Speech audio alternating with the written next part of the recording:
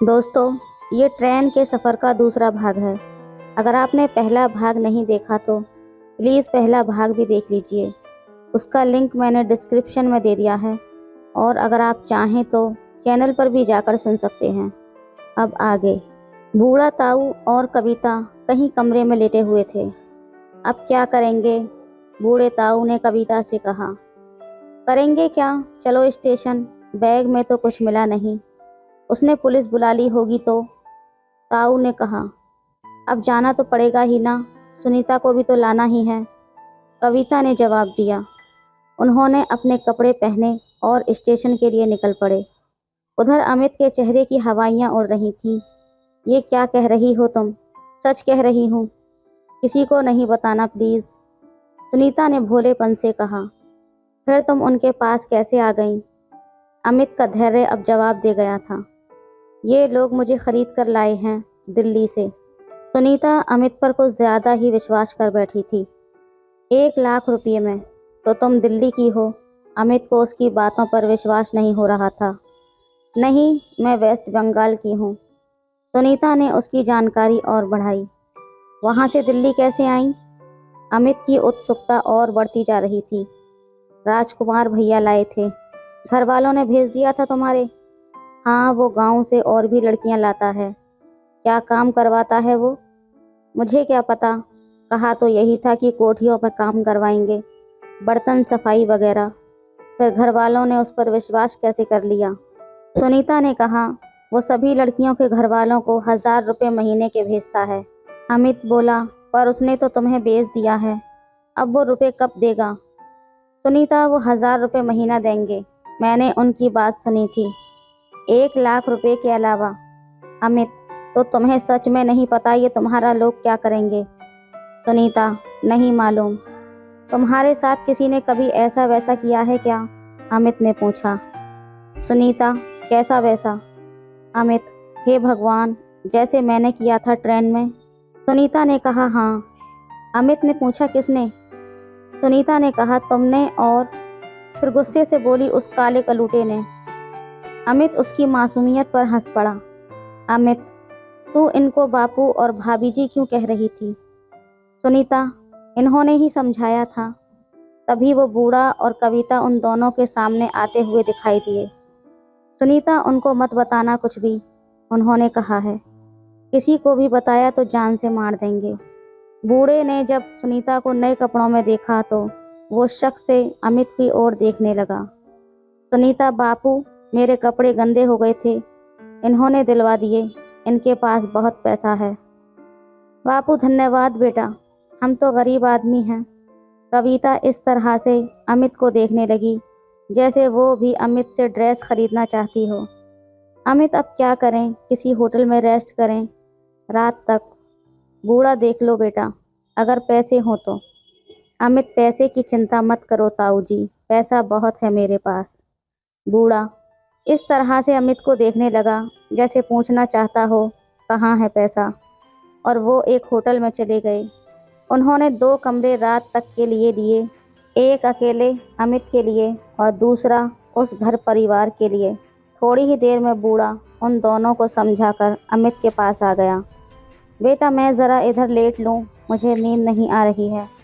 तुझे अगर गप्पे लड़ाने हो तो उधर चला जा। सुनीता तो तेरी बहुत तारीफ कर रही थी। अमित, वो तो ठीक है ताऊ, पर आप रात को कहाँ निकल गए थे? बूढ़ा, कहाँ निकल गए थे बेटा, वो किसी ने हमें बताया कि ऐसी लड़की तो शहर की ओर जा रही है, इसलिए हम उधर देखने चले गए थे।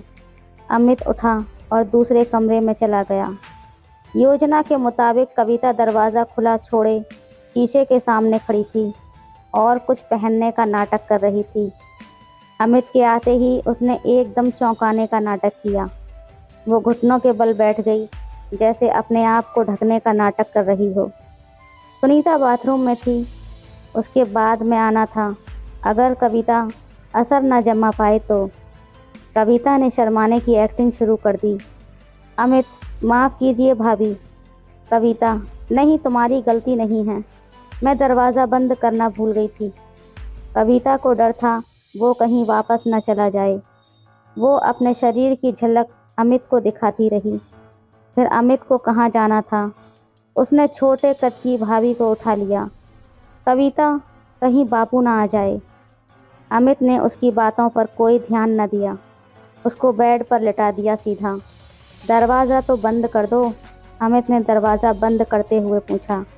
सुनीता कहाँ है? कविता, वो नहा रही है। अमित, वो बूढ़ा तुम्हारा बाप है या ससुर? कविता ने जवाब दिया, ससुर। कोई बच्चा भी है? कविता ने कहा, हाँ। अमित, लगता तो नहीं है, छोटा ही होगा। कविता ने कहा, हाँ, 1 साल का ही है। ऐसा करके अमित को एक बात तो पक्का हो गई थी कि वो माँ नहीं हो सकती 1 साल के बच्चे की। उधर बूढ़े ने कमरे का एक एक कोना छान मारा, पर उसे उन पैसों का कोई सुराग न मिला जिनके बारे में अमित बार बार कह रहा था कि पैसे बहुत हैं। थक हार कर, मन महसूस कर वो बिस्तर पर लेट गया और अमित के बाहर आने का इंतज़ार करने लगा। अमित को याद आया उसको आरक्षण भी कराना है, 3 और टिकटों का। वो बाहर निकल गया। रेलवे स्टेशन पर उसने 3 के बजाय 4 नई टिकट आरक्षित करा ली। उसको उनके साथ वाली सीट ही चाहिए थी। उधर अमित के जाते ही कविता दूसरे कमरे में गई। बापू, कुछ मिला क्या? अरे कहाँ कविता, मैंने तो हर जगह देख लिया, कहीं उसके पर्स में ना हो। सुनीता भी आ गई। तू पागल है क्या? भला पर्स में इतने सारे पैसे कौन रखता है? बूढ़े ने कहा। तो फिर चलें क्या? कविता ने कहा। वो तो बाहर गया है। बूढ़ा, क्या जल्दी है, आरक्षण वाला सफ़र करके भी देख लेंगे, शायद वहाँ कुछ बात बन जाए। उसने कुछ किया तो नहीं? कविता, किया नहीं, ये देखो क्या बना दिया। कविता ने खोल कर दिखाया। चल सुनीता, तू भी दिखा दे। सुनीता ने कुछ नहीं दिखाया, वो चुपचाप सुनती रही। कविता, ओहो, वहाँ तो बड़ी खुश होकर प्यार कर रही थी। तुझे भी बड़े शौक हैं। तीनों इकट्ठे ही बैठे थे जब अमित आरक्षण कराकर अंदर आया था। अमित को देखते ही कविता ने अपना पल्लू ठीक किया। अमित, ट्रेन 9 बजे की है, कुछ देर सो लो, फिर खाना खाकर चलते हैं। और अमित के इशारा करते ही वो तीनों वहाँ से उठकर जाने लगे। तब अमित ने सबसे पीछे जा रही सुनीता का हाथ पकड़कर खींच लिया। सुनीता, मुझे जाने दो। अमित, दरवाज़ा बंद करते हुए। क्यों जाने दूँ मेरी जान? सुनीता, तुम फिर मुझे परेशान करोगे। अमित, तो तुम्हारा दिल नहीं करता क्या? सुनीता, नहीं, मुझे दर्द हो रहा है बहुत ज़्यादा, मुझे जाने दो ना। अमित ने उसको छोड़ दिया। जाते हुए देखकर वो उसको बोला, तुम इन कपड़ों में बहुत सुंदर लग रही हो। सुनीता हंसने लगी और दरवाज़ा खोल कर चली गई। दूसरे कमरे में जाते ही बूढ़े ने सुनीता को डांटा। तुमने उस लड़के को कुछ बताया तो नहीं? सुनीता डर गई पर बोली, नहीं, मैंने तो कुछ भी नहीं बताया। कविता सुनीता से बोली, राजकुमार को तो तुमने हाथ भी नहीं लगाने दिया था, इससे कैसे करवा लिया? सुनीता कुछ नहीं बोली। वो कविता के बराबर में जाकर लेट गई। बूढ़े ने पूछा, सुनीता, तुमने उसके पास पैसे वैसे देखे हैं या नहीं? सुनीता ने कहा, हाँ, पैसे तो बहुत हैं। वो एक कमरे में गया था और वहाँ से पैसे लेकर आया था, बहुत सारे। बूढ़ा, कमरे में से? कौन से कमरे में से? सुनीता, उधर मार्केट से। बूढ़ा, अबे यार, एटीएम से पैसे हैं इसके। ऐसा करो कविता, तुम इसको अपने जाल में फंसाकर अपने गांव ले चलो, वहाँ इससे एटीएम भी छीन लेंगे और इसका वो कोड भी पूछ लेंगे जिसके भरने के बाद पैसे निकलते हैं। कविता का उससे फिर से प्यार करने का दिल कर रहा था। बड़ा मज़ा आया था उसको। पैसों में तो उसको बूढ़े ही ज़्यादा लेकर जाते थे। क्या मैं अभी चली जाऊँ फंसने के लिए? बूढ़ा, जल्दी जल्दी मत किया करो, अगर उसका मन तुमसे भर गया तो फिर नहीं चलेगा वो। कविता, तो फिर ये है ना, बड़ी मस्त होकर प्यार कर रही थी उससे। सुनीता, नहीं, मैं नहीं करूँगी, मुझे तो बहुत ज़्यादा तकलीफ़ हो रही है। बूढ़ा, तो अभी सो जाओ, रेलगाड़ी में ही करना अब काम। उसके साथ ही बैठ जाना। और तीनों लेट गए। ठीक 9 बजे राजधानी एक्सप्रेस स्टेशन पर आई। जब अमित ने उनको एक डब्बा दिखाया तो बूढ़ा भागकर उसमें चढ़ने की कोशिश करने लगा और उसके पीछे ही वो दोनों भी भाग ली। उनको लगा जैसे पीछे रह गई तो सीट नहीं मिलेगी।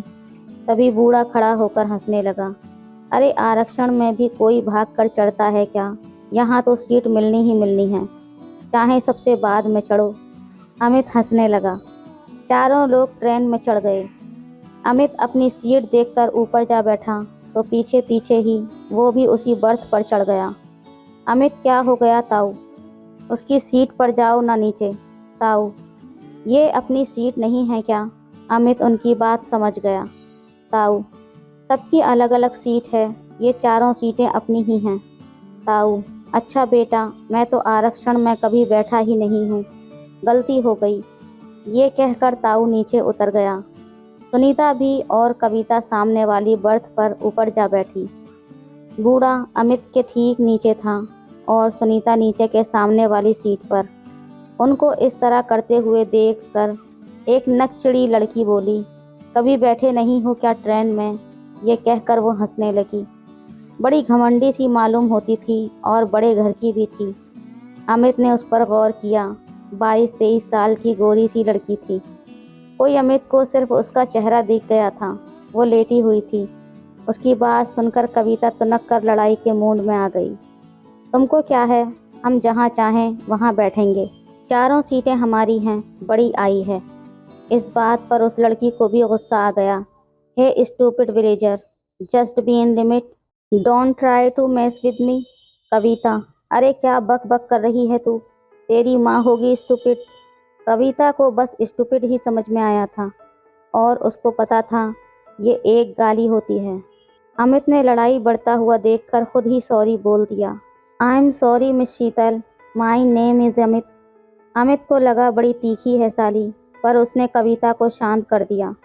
इतने में ही एक भाई साहब जो उसके बराबर वाली सीट पर बैठे थे, उन्होंने सर निकाल कर कहा, भैया खुली हुई गधी के पीछे नहीं जाते, लात मार देती है।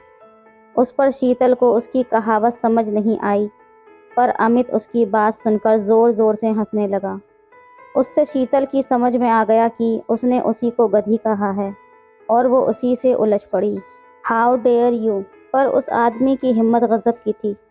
उसने शीतल को बीच में ही रोककर अपनी सुनानी शुरू कर दी। I don't care, okay, my name is Sanjay Rajput. अरे गांव वाले बेचारे क्या इंसान नहीं होते? तुझे शर्म नहीं आई उन पर हंसते हुए? शीतल उसकी खरी खरी सुनकर अंदर तक कांप गई। आगे कुछ बोलने का उसके अंदर अब साहस नहीं था। उसने अपनी आंखों पर हाथ रख लिया और सुबकने लगी। लड़कियों की यही अदा तो मार देती है। सॉरी, राजपूत ने कहा। वो और ज़ोर से रोने लगी। ये सब नाटक देखकर अमित इतना तो समझ गया था कि लड़की अकेली है। अमित उस लड़की को देखने के खातिर राजपूत के पास जा पहुंचा। हेलो फ्रेंड्स, मेरा नाम अमित है। आपका नाम तो मैं सुन ही चुका हूँ। राजपूत ने पीछे हटकर जगह दे दी। यार, ये लड़कियों के नखरे अजीब होते हैं।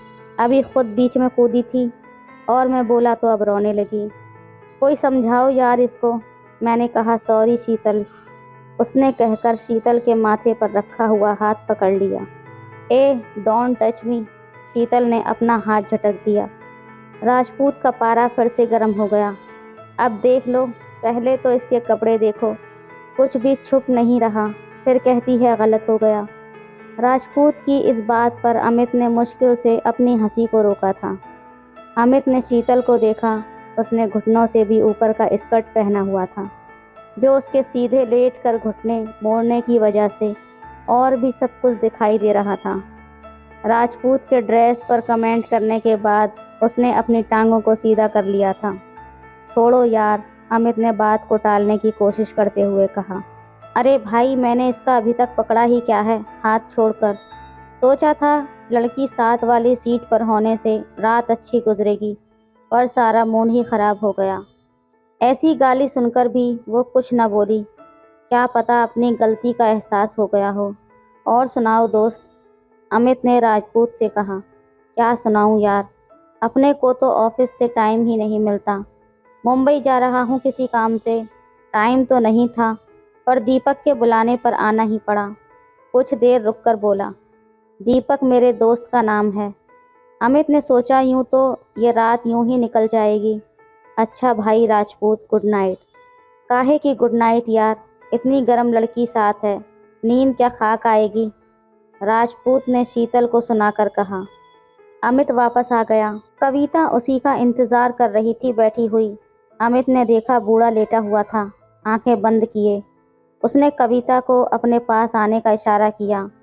वो तो जैसे इंतजार ही कर रही थी, उठकर पास आकर बैठ गई। सुनीता भी सोने लगी थी। तब तक अमित ने अपने बैग से चादर निकाली और दोनों के पैरों पर अच्छे से डाल ली। कविता ने देर न करते हुए अपने काम में लग गई। दोस्तों, कहानी जारी रहेगी, इसलिए इसका अगला भाग सुनना बिल्कुल न भूलें। इसका तीसरा भाग कल आएगा। और अब तक आपको कहानी कैसी लग रही है, इसकी राय कमेंट्स में हमें ज़रूर दीजिएगा। हेलो दोस्तों, स्वागत है आप सभी का हमारी एक और रोमांचक कहानी में। उम्मीद करती हूँ आपको ये कहानी बेहद पसंद आएगी। रेलवे स्टेशन पर भारी भीड़ थी, आने वालों की भी और जाने वालों की भी। तभी स्टेशन पर घोषणा हुई, कृपया ध्यान दें, दिल्ली से मुंबई को जाने वाली राजधानी एक्सप्रेस 15 घंटे लेट है। ये सुनते ही अमित का चेहरा फीका पड़ गया। कहीं घरवाले ढूंढते रेलवे स्टेशन तक न आ जाएं। उसने 3 दिन पहले ही आरक्षण करा लिया था मुंबई के लिए, पर घोषणा सुनकर तो उसके सारे प्लान का कबाड़ा हो गया था। हताशा में उसने चलने को तैयार खड़ी एक पैसेंजर ट्रेन की सीटी सुनाई दी। हड़बड़ाहट में वो उसी की ओर भागा। अंदर घुसने के लिए अमित को काफ़ी मशक्कत करनी पड़ी। अंदर पैर रखने की जगह भी मुश्किल से थी। सभी लोग खड़े थे, क्या पुरुष और क्या औरत, सभी का बुरा हाल था। और जो बैठे थे वो बैठे नहीं थे, बल्कि लेटे थे, पूरी सीट पर कब्जा किए हुए थे। अमित ने बाहर झांका। उसको डर था घर वाले आकर उसको पकड़ न लें, वापस न ले जाएं, उसका सपना टूट न जाए हीरो बनने का। अमित घर से भाग कर आया था। शक्ल सूरत से तो हीरो ही लगता था, कद में अमिताभ जैसा, स्मार्टनेस में सलमान जैसा और बॉडी में आमिर जैसा और अभिनय में शाहरुख खान जैसा। वो इन सब का दीवाना था। इसके साथ ही हीरोइन का भी उसने सुना था, एक बार कामयाब हो जाओ तो फिर सारी जवान हसीन लड़कियां, सारी मॉडल्स हीरो के नीचे ही रहती हैं। बस यही मकसद था उसका हीरो बनने का। रेलगाड़ी के चलने पर उसने राहत की सांस ली। हीरोगिरी के सपनों में खोए हुए अमित को अचानक पीछे से किसी ने धक्का मारा। वो चौंक कर पीछे पलटा। देखकर नहीं खड़े हो सकते क्या भैया, बुकिंग करा रखी है क्या? अमित देखता ही रह गया। गांव की सी लगने वाली एक अल्हड़ जवान युवती, वो उसको डांट रही थी। उम्र करीब 22 साल होगी, नई शादीशुदा लगती थी। चोली और घाघरे में छोटा कद होने की वजह से अमित को उसका श्याम रंग शरीर काफ़ी अंदर तक दिखाई दे रहा था। शरीर का आकार ज़्यादा बड़ा नहीं लगता था, पर जितना भी था मनमोहक था। अमित उसकी बातों पर कम, उसकी छलकते हुए शरीर पर ज़्यादा ध्यान दे रहा था। उस अबला की पुकार सुनकर भीड़ में से करीब 45 साल के एक आदमी ने सर निकाल कर कहा, कौन है बे?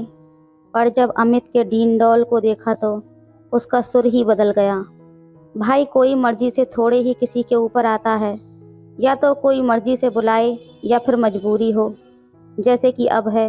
उसकी बात पर सब ठहाका लगाकर हंस पड़े। तभी भीड़ में से एक बूढ़े की आवाज़ आई, कविता ठीक तो है बेटी? पल्ले से सर ढकते हुए कविता ने जवाब दिया, कहाँ ठीक हूँ बापू, और फिर से बुदबुदाने लगी। अपने पैर पर खड़े नहीं हो सकते क्या? अमित ने उसके चेहरे को देखा। रंग गोरा नहीं था, पर चेहरे के नैन नक्श तो किसी हीरोइन को भी मात देते थे।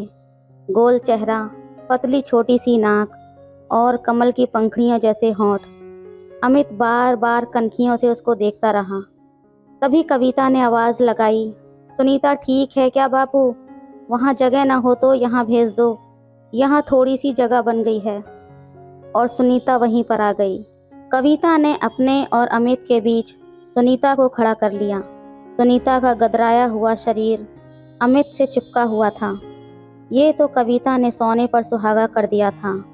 अब अमित कविता को छोड़कर सुनीता को ही देखने लगा। उसका शरीर भी काफ़ी ज़्यादा उभरा हुआ था।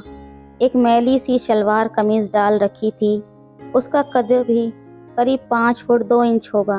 उसका चेहरा भी उतना ही सुंदर था और थोड़ी सी लाली भी झलक रही थी।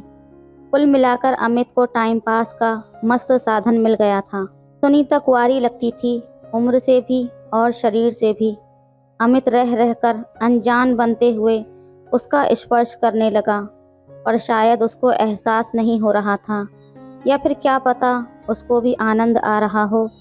अगले स्टेशन पर डिब्बे में और भी ज़्यादा लोग घुसाए, और लाख कोशिशें करने के बाद भी कविता अपने चारों ओर लफंगे लोगों को सटकर खड़ा होने से ना रोक सकी।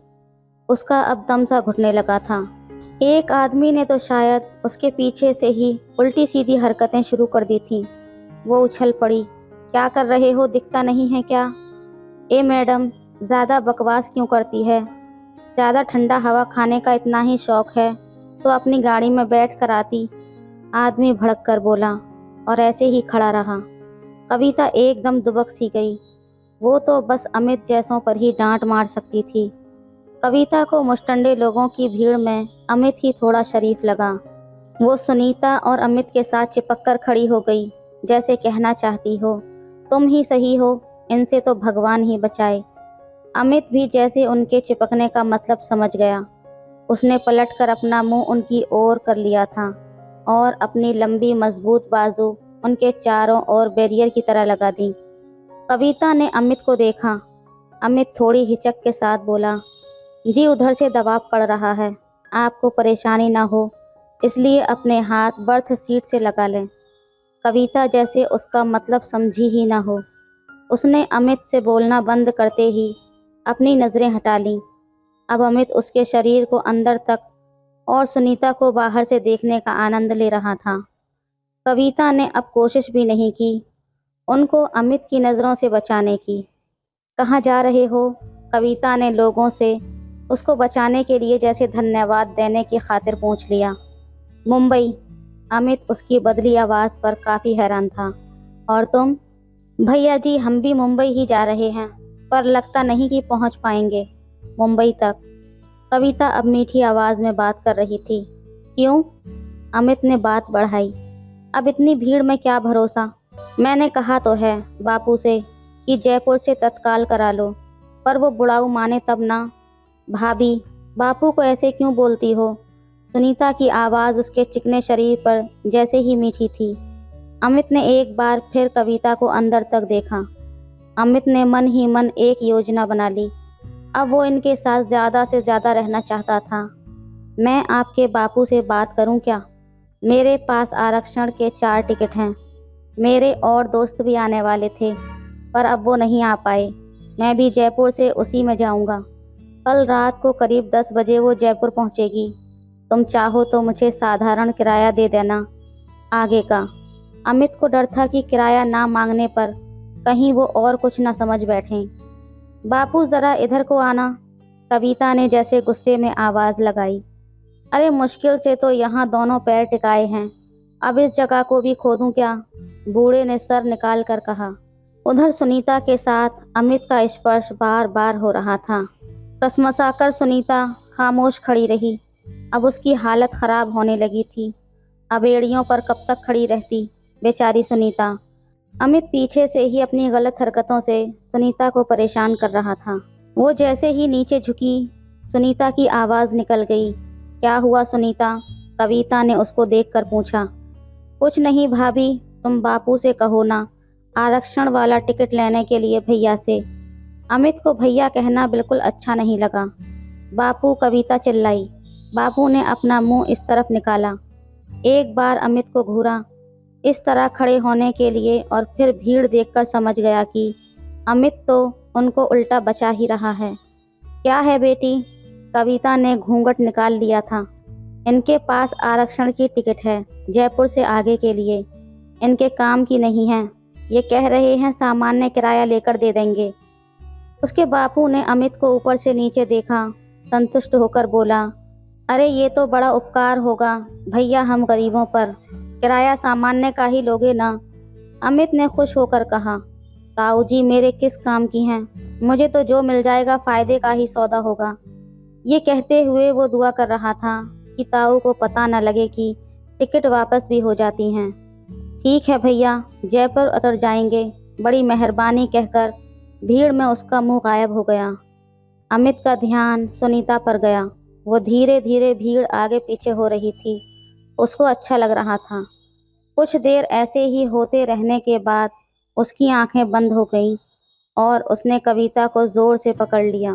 क्या हुआ सुनीता? ये संभलते हुए वो बोली। कुछ नहीं भाभी, बस चक्कर आ गया था।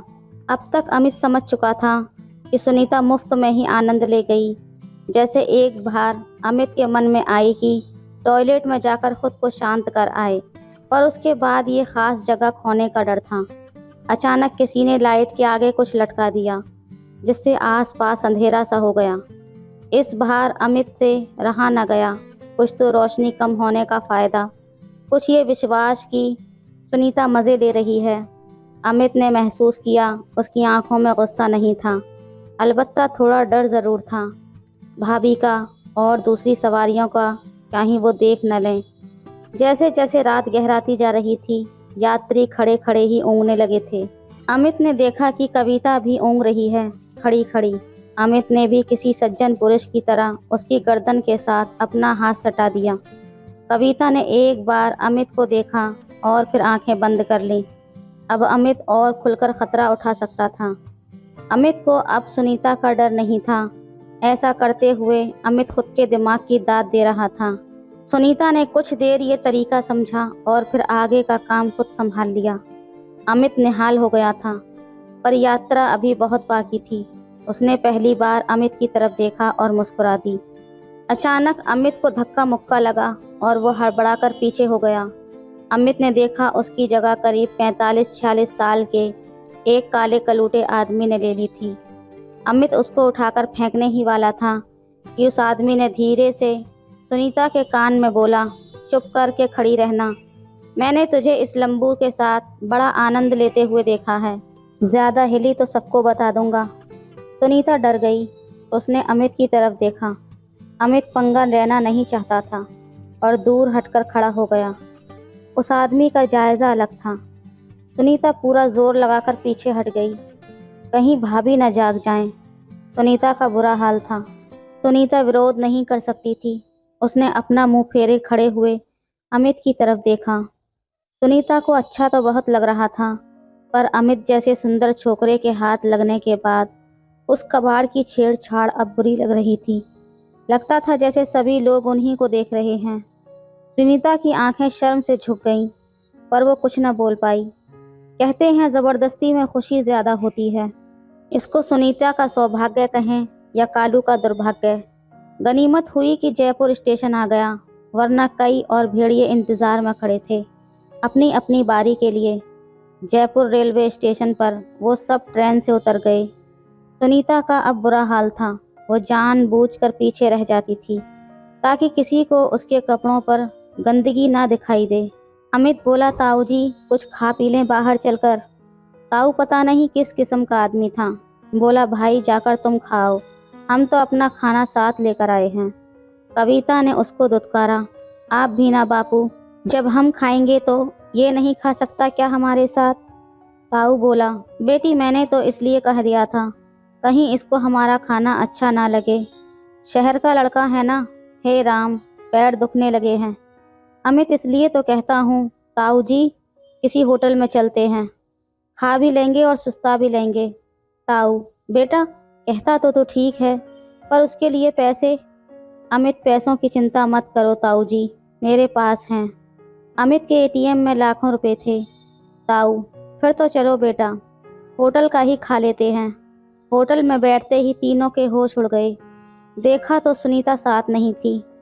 ताऊ और कविता का चेहरा तो जैसे सफ़ेद हो गया था। अमित ने उनको तसल्ली देते हुए कहा, ताऊ जी मैं देख कर आता हूँ, आप यहीं पर बैठकर खाना खाइए तब तक। कविता, मैं भी चलती हूँ साथ तुम्हारे।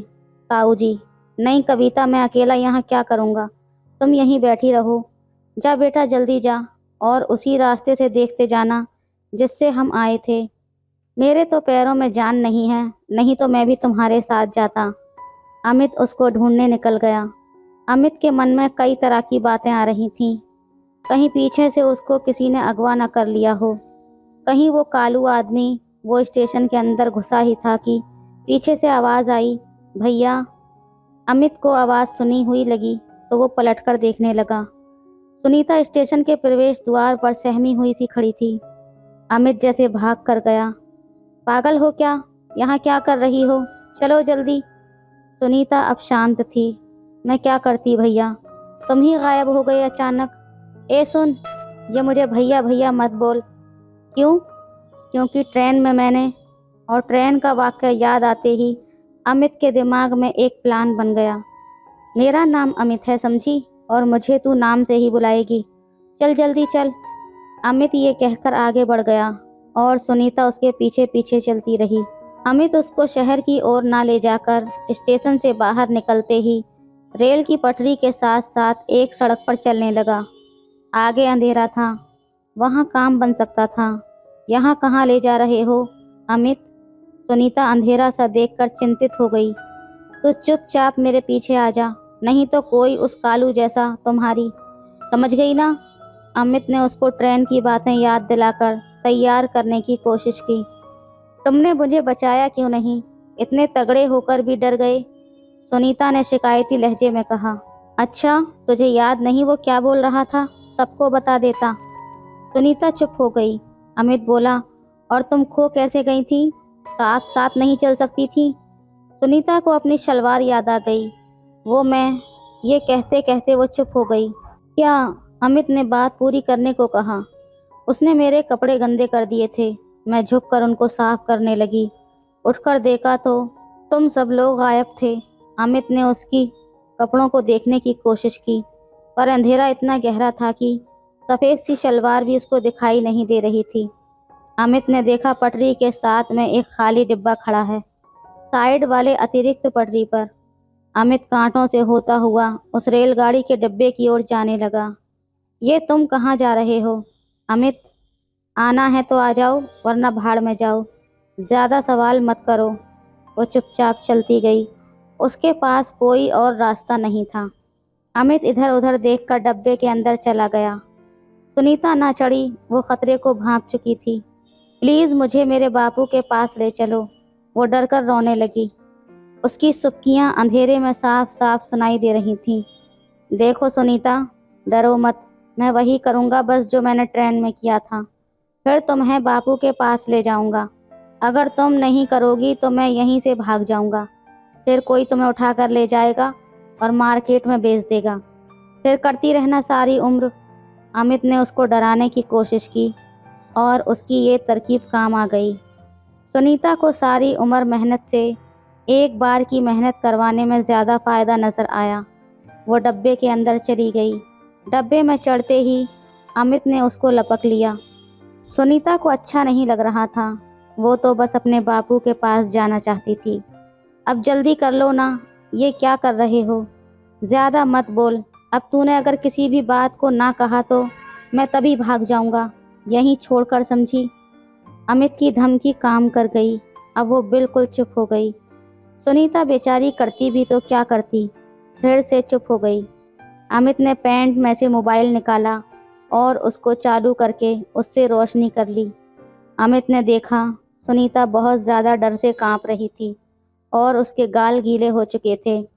थोड़ी देर पहले रोने की वजह से उसका सारा शरीर पसीने से शराबोर हो गया था, पर वो कुछ नहीं बोली। उसको अपने बापू के पास जाना था। अमित का भी बुरा हाल था। उसने सुनीता को डराया ज़रूर था, पर उसको लगता था कि सुनीता सब कुछ भूल जाएगी। अमित भी अब जल्दी में लग रहा था। जल्दी चलो। वो तेजी से होटल की ओर चल पड़े। सुनीता मन ही मन सोच रही थी कि बापू के पास जाते ही इसकी सारी करतूत बताऊंगी, पर जब वो होटल पहुंचे तो वो हैरान हो गए। ना बापू मिला और ना ही कविता। अमित ने वेटर को बुलाया। वो कहाँ हैं जो अभी यहाँ बैठे हुए थे? वो तो जनाब आपके जाने के 5 मिनट बाद ही खाना खाए और निकल गए थे। सुनीता भी परेशान थी। अब क्या करेंगे? करेंगे क्या, उनको ढूंढेंगे, अमित ने बड़बड़ाते हुए कहा। अमित को याद आया उसके सारे कपड़े बैग में ही चले गए। अच्छा हुआ उसने छोटे बैग में अपना पर्स और मोबाइल रखकर अपने पास ही रख लिया था। वो स्टेशन तक देखकर आए, पर उन्हें बापू और बेटी में से कोई न दिखाई दिया। अब सुबह हो चुकी थी पर उन दोनों का कोई अता पता न चला। थक हार कर उन्होंने चाय पी और मार्केट की तरफ चले गए। एक गारमेंट्स की दुकान पर पहुंचकर अमित ने देखा कि सुनीता एक पुतले पर टंगी हुई ड्रेस को गौर से देख रही थी। क्या देख रही हो? कुछ नहीं। ड्रेस चाहिए क्या? सुनीता ने अपनी शलवार की तरफ देखा और बोली, नहीं। चलो। और वो सुनीता को अंदर ले गया। सुनीता जब दुकान से बाहर निकली तो शहर की मस्त लड़की लग रही थी। सुनीता की खुशी का कोई ठिकाना नहीं था। अमित ने उसको फिर से डराकर होटल में ले जाकर प्यार करने का सोचा। सुनीता, अगर तुम्हारे बापू और कविता ना मिले तो मैं तो चाहती हूँ वो लोग मर जाएं। सुनीता कड़वा मुंह करके बोली। अमित उसको देखता ही रह गया। ये क्या कह रही हो तुम? अमित ने हैरानी से पूछा। सुनीता कुछ न बोली। एक बार अमित की ओर देखा और बोली, ट्रेन कितने बजे की है? अमित ने उसकी बात का कोई जवाब न दिया। सुनीता, तुम अपने बापू के बारे में भी क्या कह रही थी? अमित ने जानने की कोशिश की, लेकिन सुनीता ने कोई जवाब न दिया। दोस्तों, इस कहानी का अगला भाग कल आएगा। अगर आपको ये कहानी अच्छी लगी तो प्लीज़ एक लाइक कर दीजिए और चैनल को सब्सक्राइब कर लीजिए। धन्यवाद। हेलो दोस्तों, आज की कहानी बेहद रोमांटिक है, इसलिए प्लीज़ पूरी सुनें। एक दिन जब घर पर मेहमान आए थे तब माँ मेरे बिस्तर पर ही सोई थी। उस रात कुछ ऐसा हुआ था जिसके बारे में अब मैं सोचता हूँ तो मुझे बहुत ज़्यादा शर्म महसूस होती है। जीवन में कुछ घटनाएं ऐसी होती हैं जिन पर किसी का बस नहीं चलता, और जब एक बार घटना घट जाती है तो उस पर चर्चा करने का भी कोई मतलब नहीं रह जाता, क्योंकि ऐसे समय में केवल उस घटना के परिणामों का सामना करना पड़ता है। जब मैं अपनी बीती ज़िंदगी पर नज़र डालता हूँ तो मुझे इस बात का एहसास होता है, हमारा परिवार बहुत बड़ा नहीं था। घर में मेरे माँ बाप और मेरी 2 बहनें थीं। हम 5 लोगों का परिवार था। घर का माहौल संस्कारी था और इसे ख़राब न होने के लिए पापा ने केबल टीवी भी नहीं लगवाया था। आज के समय में केबल टीवी का चलन लगभग ख़त्म हो गया है, लेकिन जिन्हें 20 साल पहले का अनुभव है वो जानते होंगे कि उस समय केबल टीवी का कितना क्रेज़ हुआ करता था। उस वक्त दूरदर्शन ही मनोरंजन का एकमात्र साधन था, और वो भी सिर्फ रविवार के लिए। संडे को ही फिल्में और गानों से परिचय होता था, इसलिए मैं इस दिन का बेसब्री से इंतज़ार करता था। प्रकृति के नियम के अनुसार लड़कियों के प्रति लड़कों का आकर्षण किस उम्र में जागृत होता है ये तो किसी को नहीं पता, लेकिन मुझे याद है कि मेरे साथ ऐसा 16 साल की उम्र में हुआ था। स्कूल में अपनी उम्र की लड़कियों के प्रति मेरे मन में एक छिपा हुआ आकर्षण उत्पन्न होने लगा था। ऐसी ही स्थिति में एक दिन मुझे सुख नाम के नए खेल का पता चला। उस समय चोली के पीछे क्या है गाना बहुत चर्चित में था। गाने के शब्द मुझे समझ नहीं आते थे, लेकिन जब भी मैं वो गाना देखता मेरे मन में एक अलग ही भावना पैदा हो जाती थी। मेरे अंदर एक अजीब सी हलचल मचती थी। उस समय मेरे स्कूल सुबह का था और मेरी दोनों बहनों को दोपहर की स्कूल थी। एक दिन जब मैं स्कूल से लौटा तो पापा किसी काम से गांव गए हुए थे। घर में सिर्फ मैं और माँ थे। खाना खाकर माँ किचन में बर्तन धो रही थी और मैं बेडरूम में टीवी देख रहा था। तभी टीवी पर माधुरी दीक्षित का गाना शुरू हुआ। उसे देखते देखते कब मैं पेट के बल लेट गया मुझे खुद भी पता न चला। जैसे जैसे गाना आगे बढ़ता गया मेरी हिम्मत और बढ़ती चली गई, और अचानक मुझे ऐसा एहसास हुआ जैसे मैंने कुछ पा लिया हो। मेरे शरीर में एक अजीब ताकत का संचार हो रहा था। कुछ ही पल में ऐसा लगा कि मेरे अंदर से कुछ बाहर आया है। मुझे भयंकर थकान महसूस होने लगी, लेकिन क्या हो रहा था ये देखने की उत्सुकता बढ़ रही थी। उस समय मुझे इस घटना का कोई ज्ञान नहीं था। मैंने उठकर बाथरूम में ठंडा पानी डाला, लेकिन कोई असर न हुआ। डर के मारे मैं बाहर आकर बिस्तर पर पेट के बल लेट गया। सुबह जल्दी उठने की वजह से थकान पहले से ही थी, और इस घटना ने मुझे और भी ज़्यादा थका दिया था। कब मुझे नींद आ गई पता नहीं। जब शाम को मेरी आँख खुली तो लगभग अंधेरा हो चुका था। चाय पीते समय दोपहर की घटना मेरे दिमाग में फिर से तैरने लगी और मुझे ये सब दोबारा करने की इच्छा होने लगी। मानव मन ऐसा ही होता है, उसे दर्द की याद नहीं रहती, लेकिन सुख की हमेशा रहती है। वो अनुभव मुझे हल्कापन और ऊर्जा दे रहा था। धीरे धीरे मुझे उसकी आदत बनने लगी। इस घटना को 1 महीना बीत चुका था। एक रात अचानक मेरी नींद खुली। ना तो मुझे प्यास लगी थी, ना ही मुझे बाथरूम जाना था, लेकिन मैं जागा ज़रूर था। कुछ देर तक मैं ऐसे ही बैठा रहा। कमरे में अंधेरा फैला हुआ था।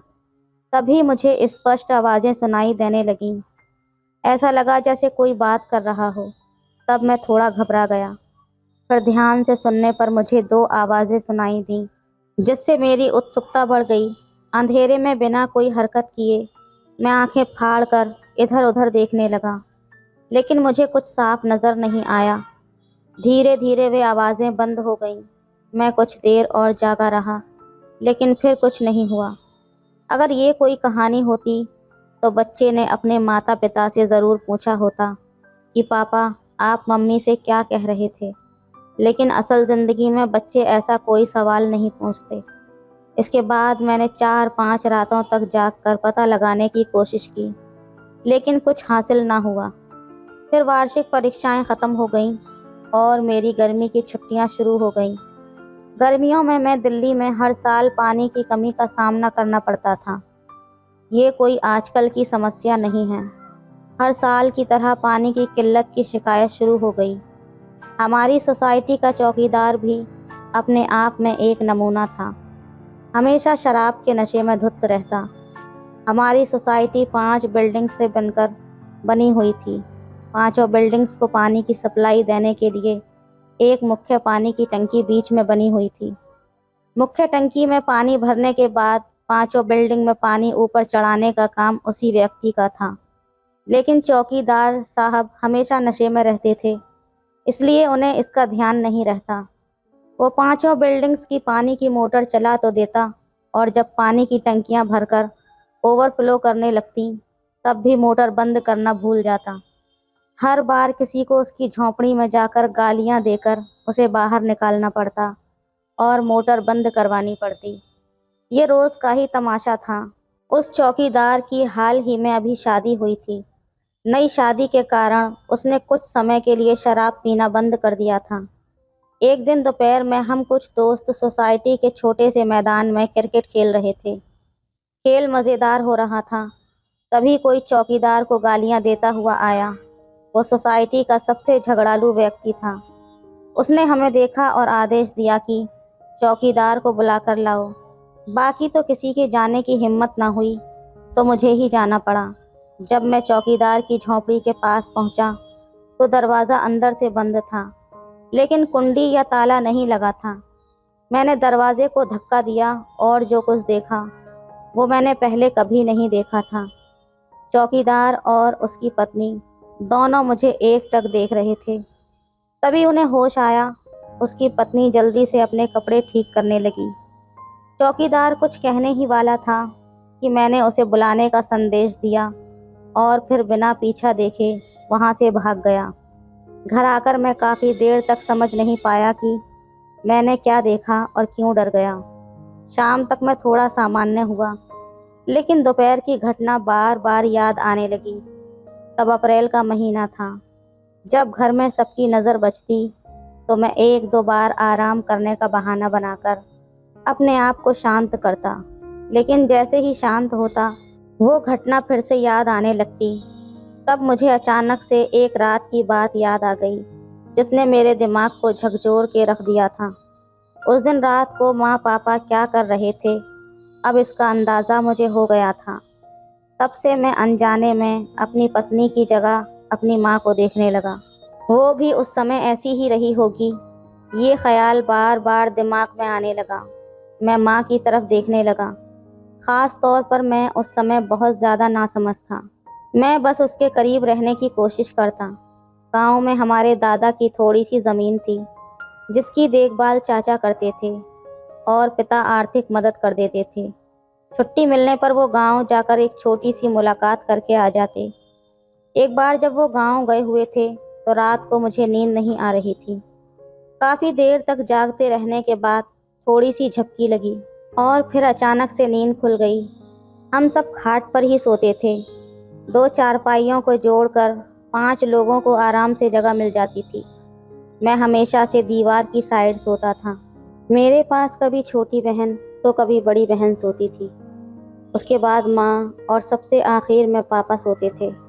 लेकिन उस दिन पापा की जगह मेरी माँ सोई हुई थी। जब मेरी आँख खुली तो मैंने देखा कि माँ मेरे पास सोई हुई थी। वो मेरी तरफ मुँह करके नहीं बल्कि मुझे गले लगाकर सोई थी। कमरे में अंधेरा था। वो एक तरफ करवट लेकर सोई थी और मेरे बहुत करीब थी। मैं पहले सीधा सोया हुआ था, लेकिन न जाने क्यों मैंने उसकी तरफ मुंह करके करवट ले ली। मेरी हरकत से वो आधी जाग गई और फिर से मुझे गले लगाकर सो गई। मेरी हालत बहुत अजीब हो गई थी। उसकी बाँह मेरी कमर पर थी। तभी माँ ने अपना हाथ हटाया और मेरी तरफ से पीट करके सो गई। इसके बाद जो होना था हो चुका था। अब मैं थोड़ा चिढ़ गया था, क्योंकि अब इसे शांत करने में मुझे मेहनत करनी पड़ती। मैं पेट के बल लेट गया और उस घटना को याद करने लगा। काफ़ी देर तक कुछ नहीं हुआ। अंधेरे में समय का अंदाज़ा नहीं रहता। तभी अचानक एक ख्याल आया। अंधेरे में काफ़ी देर बिताने के कारण मेरी नज़र थोड़ी साफ हो गई थी। मैंने देखा कि माँ मेरी तरफ पीट करके सो रही थी। उस रात के बाद से मैंने फिर 3-4 रातों तक वही काम किया, लेकिन ऐसा मौका कभी कभार ही मिलता, क्योंकि माँ हमेशा मेरे पास नहीं सोती थी। इस बीच मैं 10वीं क्लास में पहुंच गया था। उस समय 10वीं कक्षा में अंग्रेज़ी पढ़ाई जाती थी। स्कूल दोपहर का था, इसलिए सुबह 8 बजे एक प्राइवेट क्लास लगाया गया। इस क्लास के लिए मुझे सुबह 6 बजे उठना पड़ता था। इसी कारण रात का मज़ा ख़त्म हो गया। लेकिन ऐसी मुश्किलों से जूझना मेरे स्वभाव में नहीं था। मैंने इसका एक हल निकाला, जिसे अब याद करके मुझे हंसी आती है। सोमवार और गुरुवार दोपहर के वक्त कभी कभी मुझे एकांत में समय मिल जाता था। हमारे बेडरूम में ही अलमारी थी। पढ़ाई का बहाना बनाकर मैं बेडरूम का दरवाज़ा बंद कर देता और फिर अलमारी से अंदर घुस जाता। कहीं ये बात सामने ना आ जाए, ये डर मन में रहता था। लेकिन मुझे ज़्यादा चिंता करने की ज़रूरत नहीं पड़ी। मेरे सौभाग्य से पापा को दादी की तबीयत खराब होने के कारण गांव जाना पड़ा। अब रात को मैं माँ का इंतज़ार करता। पहले 2 दिन तो ऐसे ही गुजर गए। अब मेरी हिम्मत जवाब दे रही थी। पापा कब आएंगे ये भी पता नहीं था। आखिरकार मेरी उम्मीदें पूरी हुईं। उस दिन रात को माँ मेरे पास आई। कुछ देर बाद वो मेरे जानिब पीट करके सो गई। कुछ पल बाद मैंने देखा कि वो जागी नहीं है, तो मुझे महसूस हुआ कि कल रात ऐसा ही कुछ करना पड़ेगा। ये तय करके मैं सो गया, लेकिन वो कल रात कभी नहीं आई। पापा वापस दादी को लेकर आ गए। फिर मुझे कोई मौका नहीं मिला। कुछ दिनों नहीं बल्कि महीनों तक यही स्थिति रही। बीच में पापा ने रूम का काम कराया था। जहाँ बालकनी थी वहाँ अब किचन बना दिया और किचन को एक और कमरे में बदल दिया। इसी वजह से हमारे सोने की जगह भी बदल गई। अब माँ, पापा और छोटी बहन उसी बेडरूम में सोने लगे और मैं और दादी नए कमरे में। इसी दौरान माँ से कोई बात न हो पाई। रात को सोने का समय आया और हमारी चटाई बदलकर गद्दे पर सोने का तरीका बदल गया, जिससे मुझे काफ़ी परेशानी हो रही थी। 1-2 बार कोशिश किया, लेकिन कुछ नहीं हुआ। पापा द्वारा किए गए इस बदलाव ने मेरी ज़िंदगी को और भी मुश्किल बना दिया। ऐसे ही कई महीने गुजरे। आखिरकार एक रात मुझे फिर से मौका मिलने की उम्मीद दिखाई दी। गांव से कुछ मेहमान आए हुए थे। उन्हें सोने की जगह चाहिए थी, इसलिए मैं अंदर वाले बेडरूम में सोने लगा। काफ़ी समय बाद मुझे वो जगह मिल पाई थी। अब बस माँ का आना बाकी था। लेकिन माँ नहीं आई। पूरी रात मैंने इंतज़ार किया और आखिरकार सुबह मुझे नींद आई। 4 से 5 दिन ऐसे ही निकल गए और फिर मेहमान वापस चले गए। हमारा ठिकाना फिर से उसी नए कमरे में आ गया। मैं सचमुच माँ से बहुत ज़्यादा नाराज़ था। एक तो बेटा तड़प रहा है और उसे कुछ फ़र्क नहीं पड़ता। मेरे मन में इस तरह के विचार आ रहे थे। फिर भी मेरा रोज़मर्रा का कार्यक्रम सामान्य रूप से चलता रहा। दिन भर मैं इतना शांत दिखता था कि किसी को भी शक नहीं होता कि रात को मैं अलग ही विचार कर रहा हूँ। फिर मुझे एक मौका मिला। कहना तो ये चाहिए कि मैंने वो मौका खुद हासिल किया था। रविवार को छुट्टी का दिन था। उस दिन मैं अक्सर अपनी बिल्डिंग के दोस्तों के साथ समय बिताता था, लेकिन उस दिन मैं खेलने नहीं गया। पूरा दिन घर में ही रहा। दोपहर के वक्त मुझे वो मौका मिल गया। खाना खाने के बाद बर्तन धोकर माँ बेडरूम में गई और सो गई। लगभग 1.5 घंटे के बाद तब दादी और दोनों बहनें दूसरे कमरे में थीं। पापा बाहर गए थे और यही नहीं पता था कि वो कब वापस आएंगे। मैंने बड़े ध्यान से माँ की तरफ देखा। वो अपनी पीठ मेरी तरफ करके सो रही थी। तब मैंने मन ही मन गुस्से में कहा, बस अब और नहीं। फिर कुछ देर बाद उठकर मैं वहाँ से चला गया। उस दिन के बाद मुझे फिर कभी मौका हासिल न हुआ। तब मैं 16 साल का था। उसके बाद मुझे मौका तो ना मिला, लेकिन मुझे कोई अफसोस भी ना हुआ। अब मुझे एक नया शौक लग गया था, स्कूल की लड़कियों और टीचरों से बात करना, दिन भर उन्हें ताड़ते रहना और रात को सोते वक्त उनका ख्याल आता। इसी दौरान माँ को लेकर मेरे विचार बिल्कुल ख़त्म हो चुके थे। कभी कभी उसे याद भी करता था। ऐसा करते करते 4 साल का वक्त निकल गया। इसी बीच कई बदलाव आए। पुराने घर को बेचकर पापा ने नया घर खरीद लिया। नया घर हमारे लिए एक बड़ा महल था। 2 हॉल, 4 बेडरूम, किचन और बालकनी। राजमहल इससे बड़ा क्या हो सकता है। नए घर में 3 बाथरूम भी थे। वैसे पुरानी जगह की तुलना में नया घर मुझे बहुत ज़्यादा भाया। घर की आर्थिक स्थिति भी बेहतर हो रही थी, क्योंकि नया घर खरीदने के बाद पापा ने एक कार भी खरीदी थी। अब हमें गांव जाने के लिए ट्रेन के झंझटों से छुटकारा मिल गया था। मुझे तो एसटी का सफ़र पसंद नहीं था और ट्रेन का माहौल भी बहुत बुरा लगता था। नई कार को गांव में ले जाने का जो आनंद था वो कुछ और ही था। हमारे गांव का जिक्र हमेशा इसी तरह होता है। मीठापुर के पास का एक छोटा सा गांव। पहली बार कार से सफ़र करने का मौका मिला था, इसलिए मैं और मेरे परिवार के सभी लोग काफ़ी उत्साहित थे। लेकिन सफ़र लंबा हो तो चाहे तरीका कोई भी हो, थकावट और ऊब ज़रूर होती है। सुबह जल्दी निकलने का प्लान था, लेकिन हम 12 बजे रवाना हुए। सीतापुर पहुंचते पहुंचते शाम के 6 बज गए। बाकी सभी को नींद आ गई थी, सिर्फ पापा को छोड़कर, क्योंकि गाड़ी वही चला रहे थे। आगे का रास्ता लगभग 2 घंटे का था। बारिश का मौसम था तो बीच बीच में हल्की बारिश हो रही थी। शाम का समय होने के बावजूद आसमान में बादल घिरे थे और अंधेरा होने लगा था, इसलिए पापा ने गाड़ी की रफ्तार कम कर रखी थी। करीब 1.5 घंटा और सफ़र तय करने के बाद हम एक होटल जैसे दिखने वाले ढाबे पर रुके। वहाँ चाय पीकर हमने खुद को तरोताज़ा किया। फिर लगभग 7:30 बजे हमने दोबारा सफ़र शुरू किया। चारों ओर अंधेरा ही अंधेरा था। सफ़र शुरू हुए आधा घंटा हुआ होगा कि पापा ने गाड़ी सड़क के किनारे रोक दी। गाड़ी रुकते ही सभी लोग सड़क किनारे अपनी ज़रूरतें पूरी करने लगे। मैं भी गाड़ी से उतरा और इधर उधर घूमकर अपने पैर सीधे करने लगा। घूमते घूमते मैं गाड़ी से काफ़ी आगे निकल गया। तभी लगा कि अब वापस लौटना चाहिए। जब मैंने गाड़ी की ओर कदम बढ़ाया तो देखा कि गाड़ी से कुछ ही कदम दूर माँ बैठी थी। वो उठने की कोशिश कर रही थी और उनकी पीठ मेरी तरफ थी। उस पल अचानक कई पुरानी बातें मेरे दिमाग में घूम गईं। मैं जल्दी जल्दी गाड़ी के पास आया और अंदर आकर बैठ गया। सफ़र फिर से शुरू हो गया, लेकिन मेरा दिमाग उस दृश्य में उलझा रहा। मेरी माँ का कद करीब 5 फीट 3 इंच और शरीर थोड़ा मोटा था। पहले वो पतली दुबली थी, लेकिन जैसे जैसे बच्चे हुए उनका शरीर भरने लगा। हमारे घर में मैं और माँ ही सांवले थे, बाकी पापा और दोनों बहनें गोरी थीं। जो कुछ मैंने देखा था वो मेरे दिमाग में घूम रहा था। कब हम गांव पहुँचे मुझे कुछ याद नहीं। घर के पास गाड़ी रुकते ही मैं भाग कर अंदर गया और कमरे में जाकर दरवाज़ा बंद कर लिया। बाद में बाहर आकर बातें हुई, खाना खाया गया। रात को सोने का वक्त हुआ तो बाहर गप्पों का सिलसिला चालू हो गया। मैं नींद से बेहाल होकर कमरे में आकर लेट गया। तभी दरवाज़ा बंद होने की आवाज़ आई।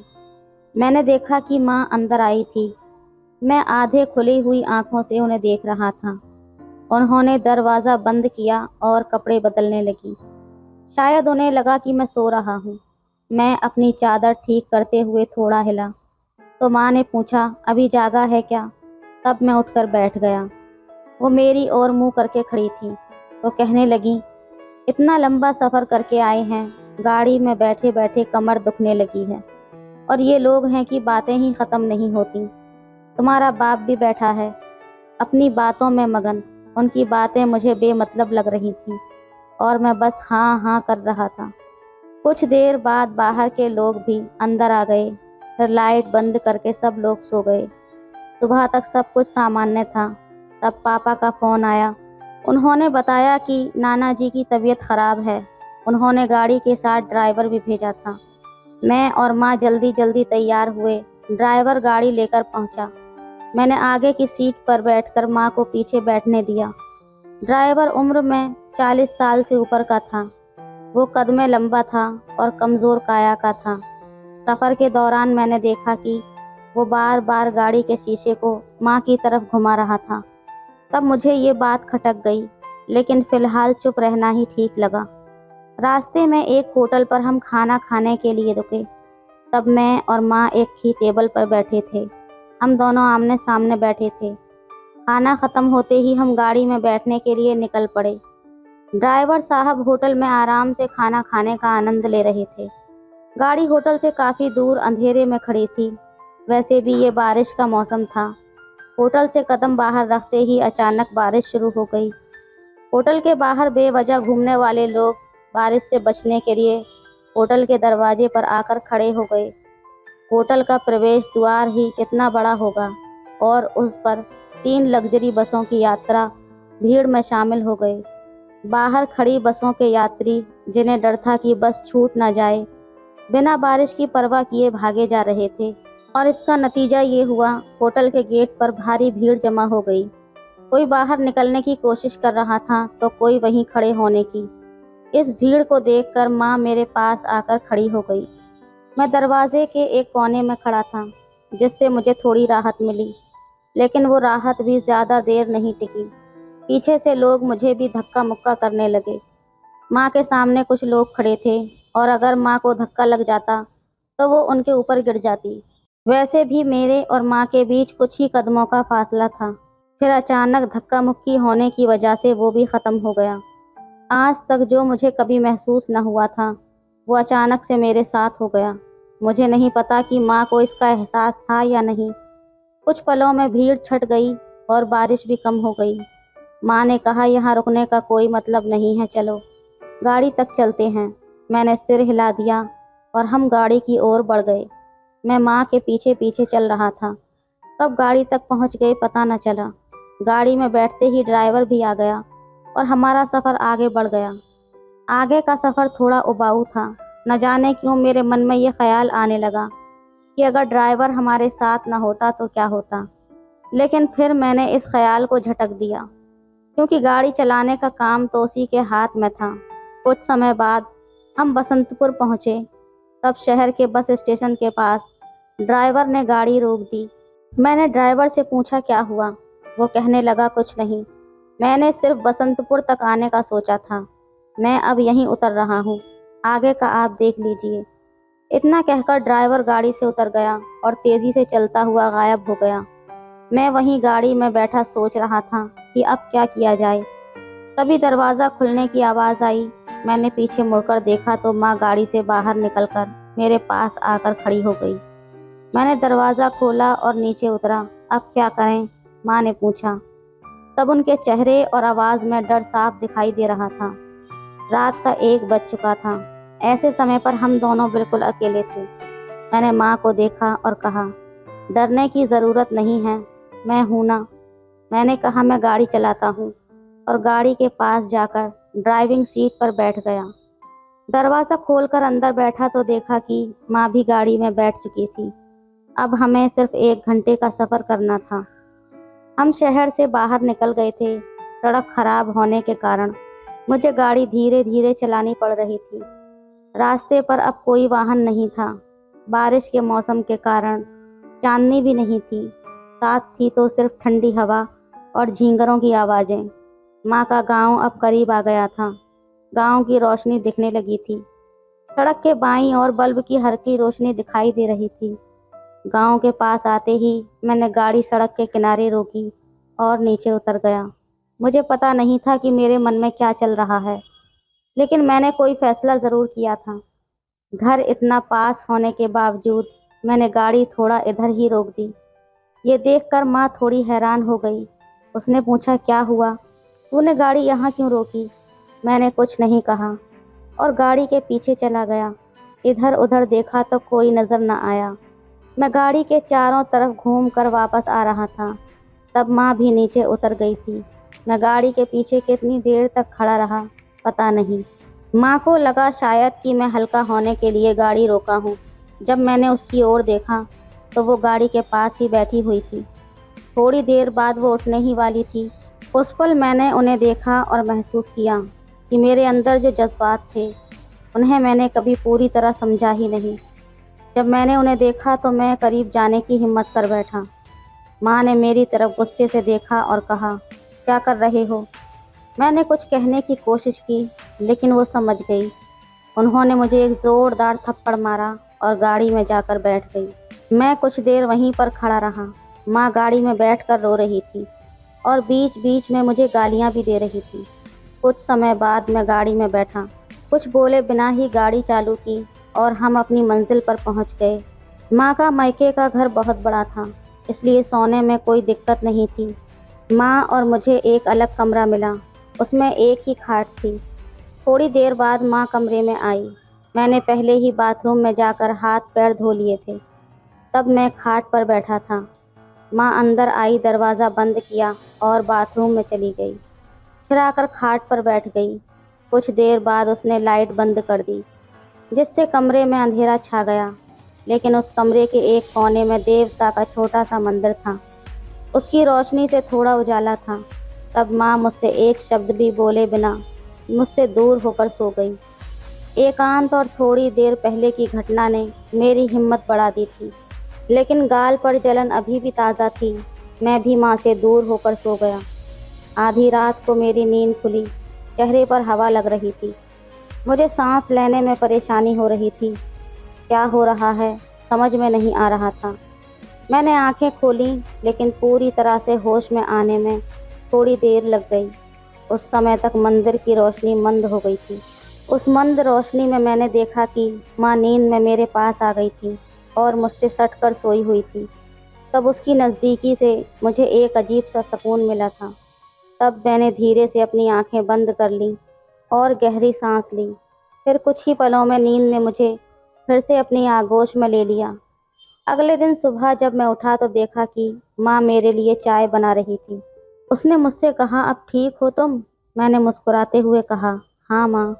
उसने मुझे प्यार से देखा और हम दोनों ने चाय की चुस्कियों के साथ एक नई शुरुआत की।